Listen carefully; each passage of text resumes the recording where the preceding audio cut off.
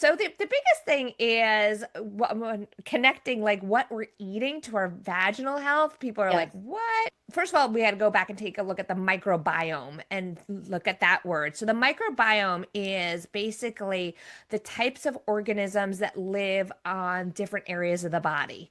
And so the microbiome of our mouth is different than that of our gut, then is different of our vagina, then is different than our skin. And they all kind of interact, but they all have specific bacteria and organisms and balances that they like to have to be healthy. So the unfortunate thing is with the standard American diet, which is very high in sugars and processed foods, that often throws off our gut microbiome. And now Oh, that can actually lead to a number of things like chronic disease.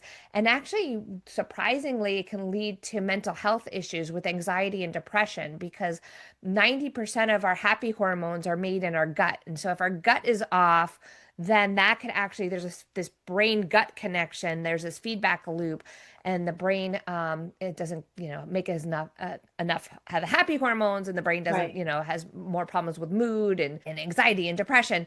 But also, when we kind of throw off that gut microbiome, this leads to inflammation, and inflammation is a cause of stress in the body. And that can now trigger decreased healing, elevated cortisol, which is our stress hormones. And now, how I'm going to relate it to the vagina is that if the gut microbiome is off, the way we're built as women, the rectum or the anus and the vagina and the urethra and the bladder are just so close together that it's very easy for the bacteria to get passed back and forth.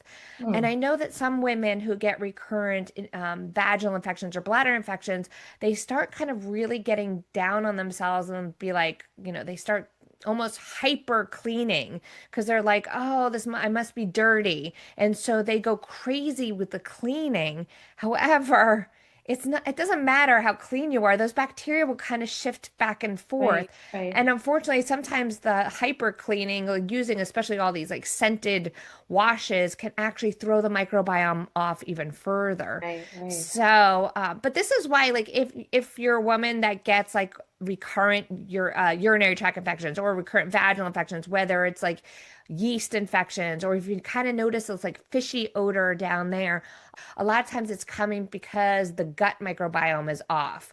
And Okay. so really we have to take a step back and look at what are you eating to try to get the vagina healthy here.